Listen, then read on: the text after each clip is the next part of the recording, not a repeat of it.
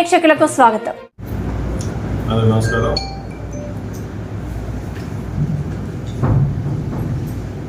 చంద్రబాబు నాయుడు గారు ఎలక్షన్ల ముందు సూపర్ 6 హామీ అని ఇచ్చి ఈ రాష్ట్ర ప్రజలందరికీ అనేక విధాలుగా హామీలు ఇచ్చి అధికారంలో వచ్చిన తర్వాత ఇచ్చిన హామీల్లో ముఖ్యంగా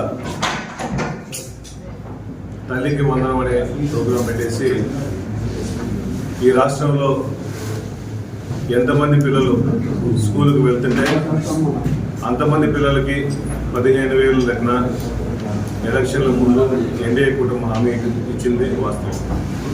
ముఖ్యంగా దీంట్లో చంద్రబాబు నాయుడు గారు కానీ, పవన్ కళ్యాణ్ గారు కానీ, లోకేష్ గారు కానీ ఒక తల్లికి 2 పిల్లలు ఉన్నా, 3 పిల్లలు ఉన్నా ఒక్కొక్క పిల్లవాడికి 15,000 రూపాయల లెక్కన డబ్బులు ఇస్తామని చెప్పేసి ఆ రోజు చెప్పడం.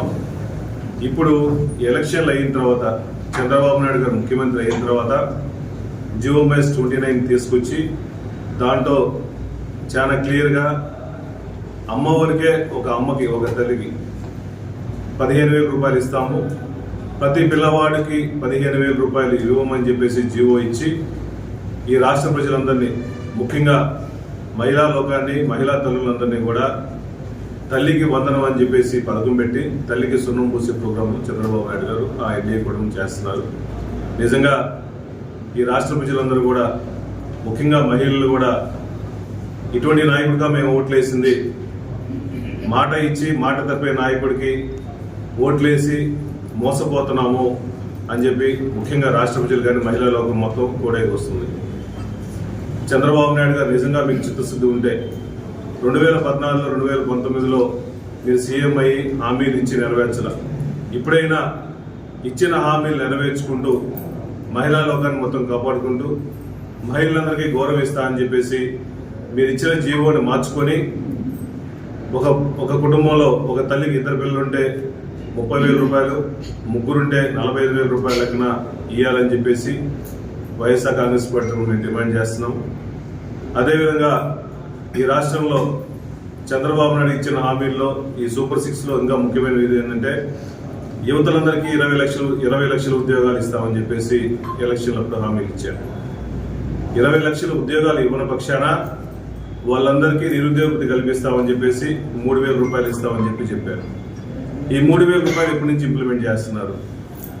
మా కాన్స్టిట్యున్సీకి వచ్చేది సుమారుగా మీరు ఇచ్చిన హామీలు 20 లక్షలు ఉంటే మా కాన్స్టిట్యున్సీకి సుమారుగా 10,000 మంది వరకు నిరుద్యోగులు ఉన్నారు.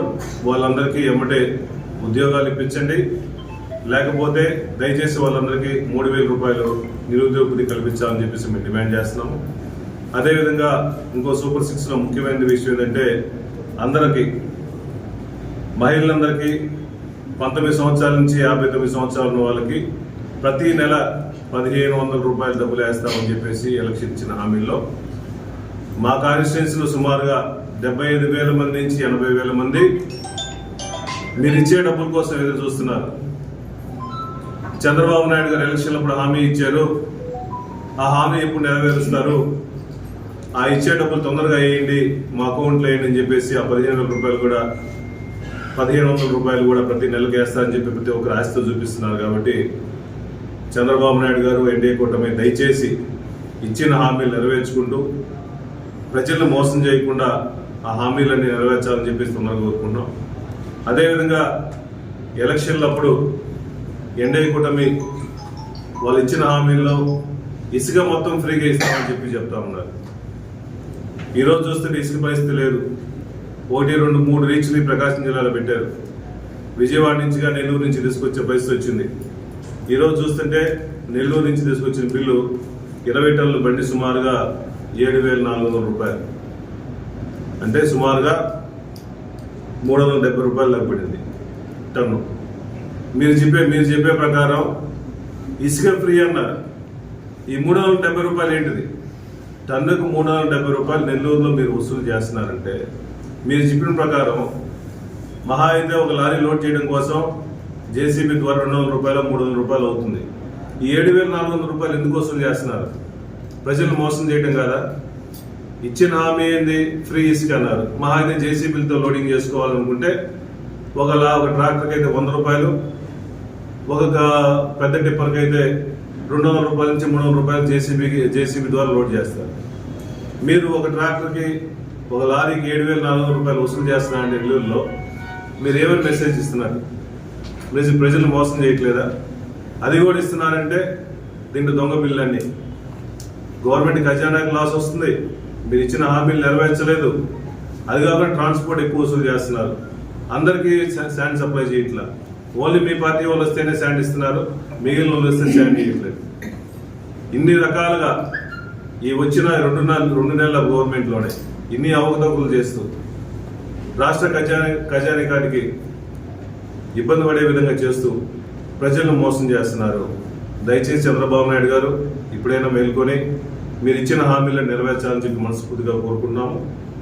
అదేవిధంగా మా ప్రీతం నాయకులు మాజీ ముఖ్యమంత్రి వర్యులు వైఎస్ జగన్మోహన్ మీద కావాలని కక్షపూర్తంగా మాజీ ఎంపీ చేత కేసులు లేపించి జగన్ సార్ మీద ఈ విధంగా అక్రమ కేసులు 3 సంవత్సరాల తర్వాత బరాయించడం ఏ విధంగా కరెక్ట్ కాదు.